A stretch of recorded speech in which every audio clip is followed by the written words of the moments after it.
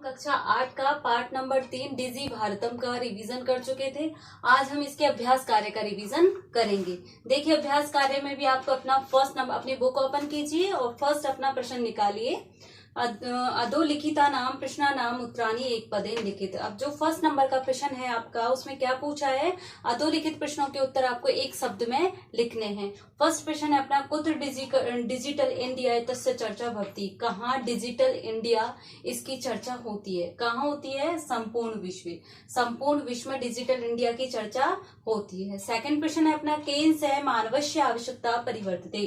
किसके साथ साथ मानव की आवश्यकता बदल गई है? तो आंसर आएगा काल परिवर्तनेन श। समय के परिवर्तन के साथ साथ ही मनुष्य की आवश्यकताएं भी बदल गई हैं। ग है, आपने वस्तु नाम क्रय समय के शाम अनिवार्यता न भविष्यति। दुकान में वस्तुओं के क्रय विक्रय के समय किसकी आवश्यकता नहीं होती है? रुपयों की आवश्यकता नहीं होती है। क्यों नहीं होगी?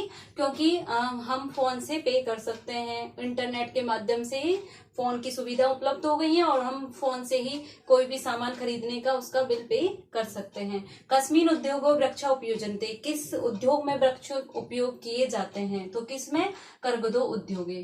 कागजों के उद्योग से वृक्ष उपयोग किए जाते हैं। अद सर्वाणी कार्याणि केन साधितानि भवन्ति। आज सारे कार्य किससे साधित हो रहे हैं? किससे संपन्न हो रहे हैं? किससे हो रहे हैं? संगणक नाम के प्रयोग। संगणक मतलब क्या होता है? कंप्यूटर।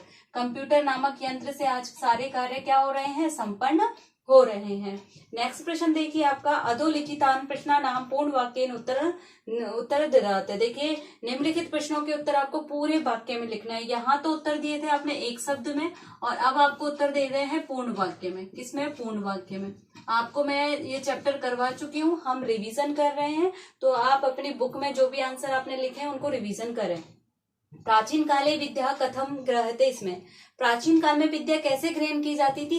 श्रुति परंपराया ग्रहता। इसमें सुनने मात्र की परंपरा से ही विद्या ग्रहण की जाती थी। मैंने आपको बताया था कि गुरुजन पाठशाला हुआ करती थी पहले और गुरुजन उपदेश दिया करते थे और शिक्षार्थी उन उपदेशों को ग्रहण करते थे। वृक्षा नाम कर्तनम कथम न्यूनता यशति। वृक्षों की कटाई कैसे कम हो गई है? संगणक का अधिकाधिक प्रयोग है।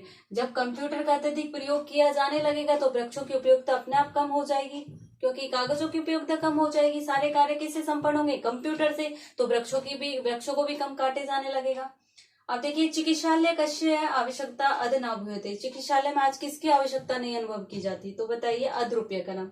आज चिकित्सालय में रुपयों की आवश्यकता नहीं की जाती, क्योंकि हम वहां भी चिकित्सालय में भी उनका जो बिल होता है उसका पे हम फोन के माध्यम से कर सकते हैं। वयम कस्य दिशि अग्रसाम। हम किस दिशा में आगे बढ़ रहे हैं? तो हम डिजी भारतम, हम डिजिटल इंडिया के उसमें आगे बढ़ रहे हैं।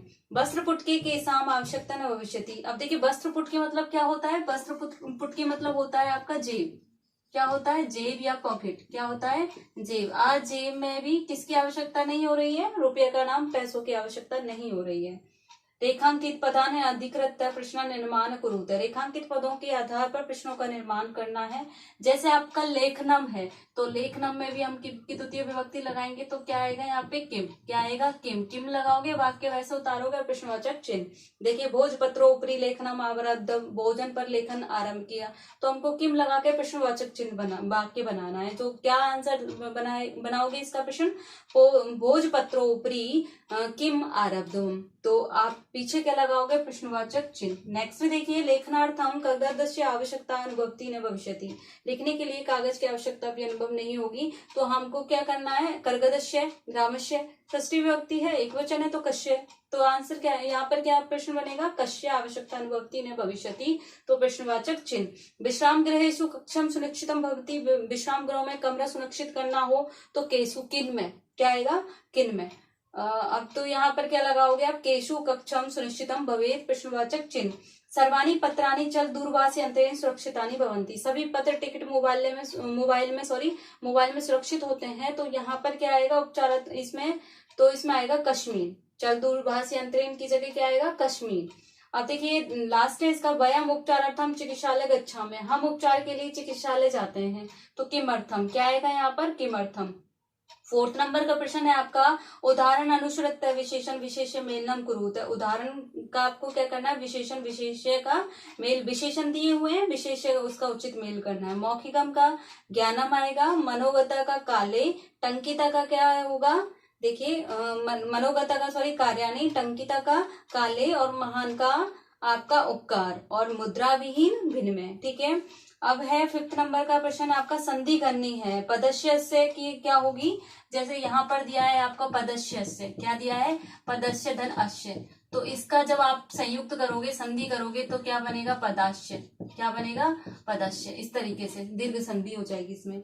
नेक्स्ट है आपका तालपत्र ऊपरी। देखिए यहाँ पर नेक्स्ट दूसरा है इसका तालपत्र ऊपरी, तालपत्र धन ऊपरी, तो क्या बनेगा, इसका संधि क्या होगा, तालपत्र, तालपत्रोपरी, इस तरीके से। ठीक है, गुण संधि।